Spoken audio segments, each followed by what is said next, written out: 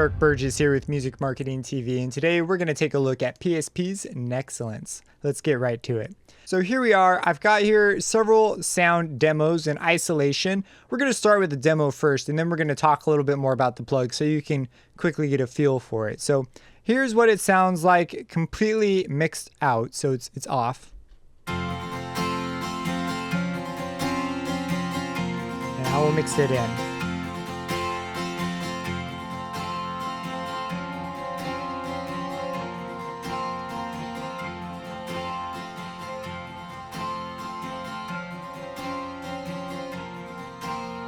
Go through some different presets.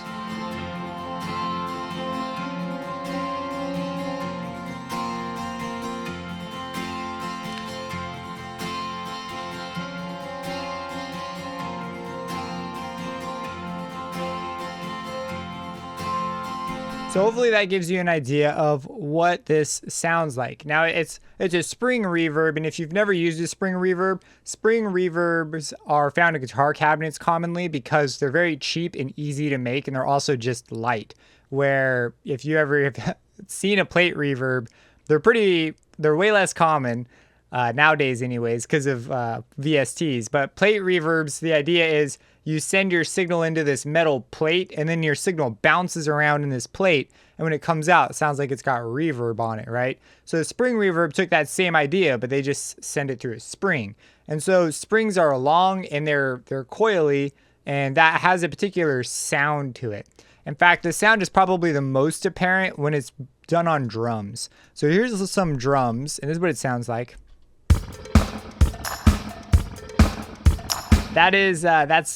That's what it sounds like. So that little boop, boop, boop, boop, I can't really make the noise. But that frequency that's moving back and forth, that would be the spring sort of just rattling. That's what happens when you send in very transient sounds into a spring reverb. They have a really unique sound to them, and as a result, they can fit in a lot of places that perhaps other reverbs can't.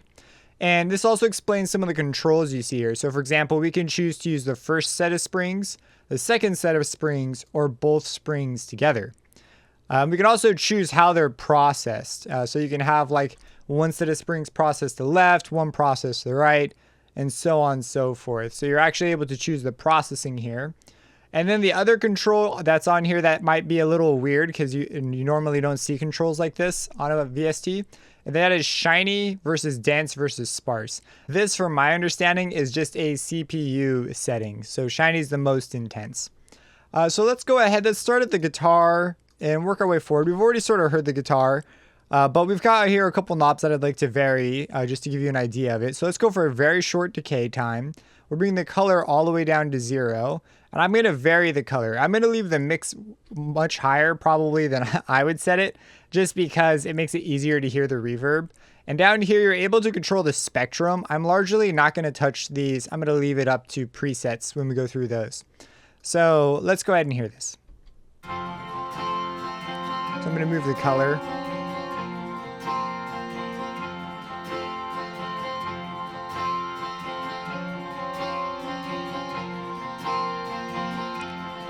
I'll bring the decay up some.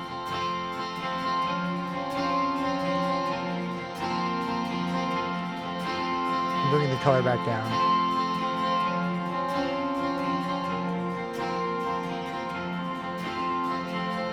So it behaves like you would expect with the color knob. Generally, with most color knobs and plugins, the left side is darker and the right side is brighter. Also, something to be aware of with this plugin, if you turn off the plugin and the mix is at 100%, it actually won't play anything. So you actually have to have the mix down. So if you're using the bypass inside of the plugin, be aware that it's linked to the mix knob. If you don't want to do that, you can use your DAW's bypass. Otherwise, you'll run into that. And that totally confused me. So that's it on a guitar. Let's go ahead and go for a choir, okay? So let's go ahead, let's bypass this.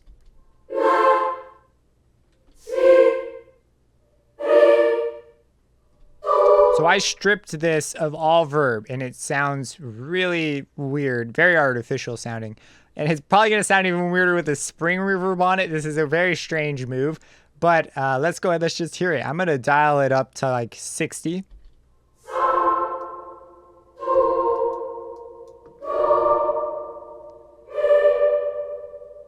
Let's go ahead and go through some of these additional presets.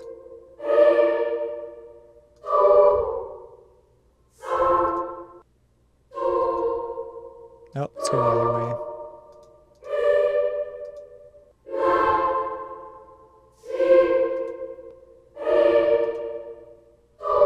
So this one has an incredible ability to move sound around back and forth.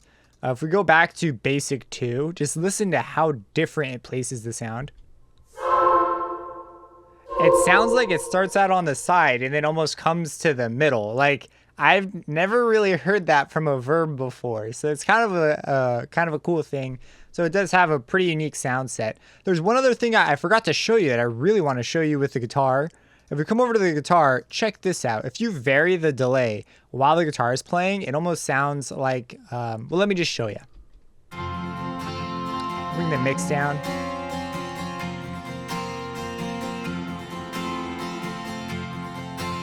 Bring the mix up, it'll be more obvious. Sounds like you're doing I'm not sure what the official terminology is. I'm not a guitar player, so don't hurt me. But it sounds like they're sliding their fingers up and down. I believe they're just called slides. But it sounds like that's what they're doing with the delay. So it's a pretty awesome effect.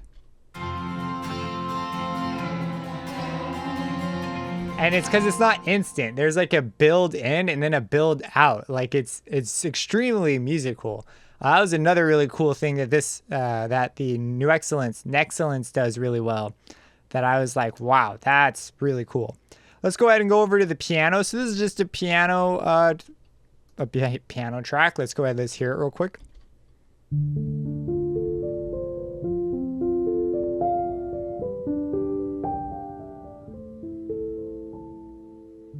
So I just played this in on the keys, and it's just some arpeggios, some chords. We're going to go ahead and turn it on, dial it in, and of course these tend to favor longer verbs, so what the heck, we'll go to 6 seconds. I'm going to give it a brighter tone just because the piano sound I picked is very sort of laid back, and I wanted that sound, a very muffled sound, and so I think bringing out the color, bringing out the brightness with the color knob will actually be a great thing that the Verb can highlight. We'll bring the mix down too. I'm gonna dial up the gain at the end.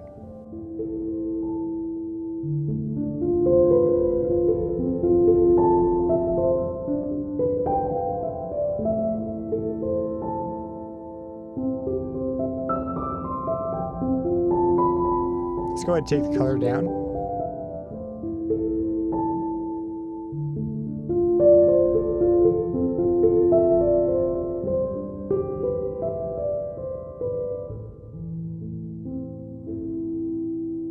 Let's go ahead and move this to 1+2. We're going to use both sets of springs. Let's go through a couple more presets. What the heck?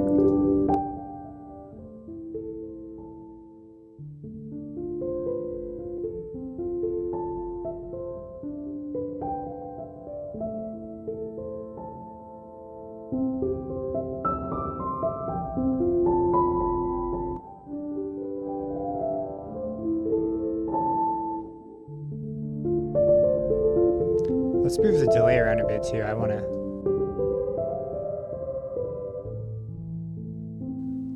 This delay knob is like hands down the coolest delay knob I've touched in a Verb. I know other Verbs have similar effects. This one is so smooth though. It's so musical. Like, wow. Up next, we've got a solo voice. Let's go ahead and bypass this. This is what it sounds like.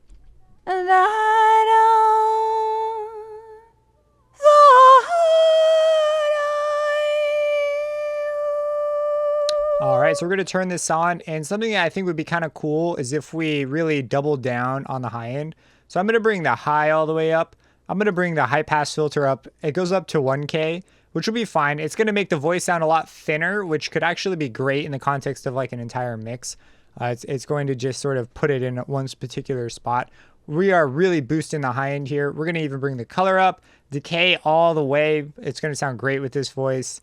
I'll move the delay while this is playing because it's always worth just sort of seeing what's up with that. I'm going to bring the limit all the way down. We don't need that. And I'm going to bring the gain up just a smidge at the end. I'm going to dial the mix up a bit more. So here's what it sounds like afterwards.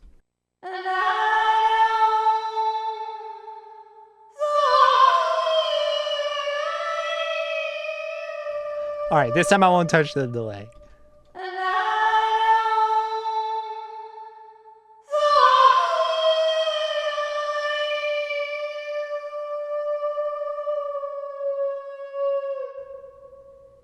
Yeah, so this, you get a more metallic kind of sound from it. You can hear the ringing sort of in there, but a very cool, just a different sound, something else you could try in case the really big lush verb that's eating all the space isn't really an option. That is New Excellence. If you have any questions about this, feel free to drop a comment down below, subscribe and hit that bell icon for future videos, and have a blessed day.